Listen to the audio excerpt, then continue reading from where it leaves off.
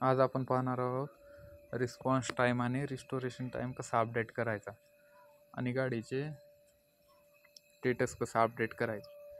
हे लिंक आहे जे लिलँडकडून दिली जाते स्टँडर्ड सपोर्ट म्हणून. याच्यामध्ये आपण आपल्या डीलर वाईज वेगवेगळे युजर आय डी आणि पासवर्ड दिलेले जातात. ते लॉग इन करून घेऊ द्यायचे. ह्या इंटरफेसवर स्टँडर्ड सपोर्ट म्हणून जे दाखवत आहे स्टँडर्ड कस्टमरसाठी आहे. आणि इलाइट म्हणून एक ऑप्शन येतो, त्यामध्ये इलाइट कस्टमरची लिस्ट दाखवते. इलाइट कस्टमरमध्ये आपल्याला गाडी 2 तासाच्या आत अटेंड करावी लागते आणि ROT टाईममध्ये ऑन रोड करून द्यावी लागते गाडी.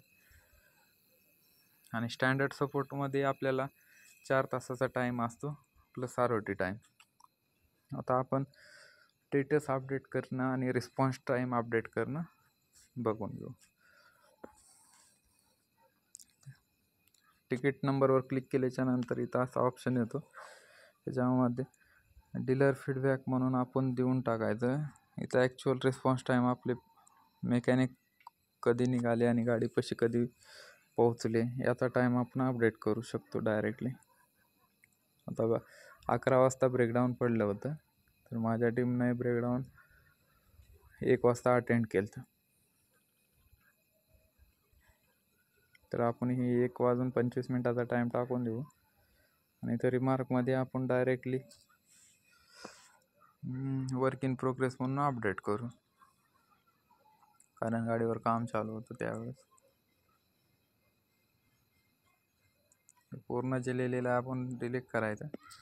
तर सिम्पली आपण वर्क इन प्रोग्रेस म्हणून असं लिहून डायरेक्टली डीलर फीडबॅक करून आपण अपडेट करून घ्यायचं.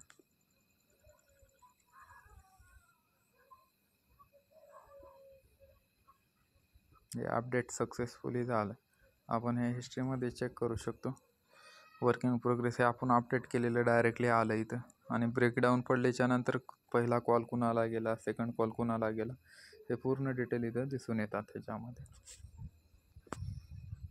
चला आपण भेटू नेक्स्ट व्हिडिओमध्ये.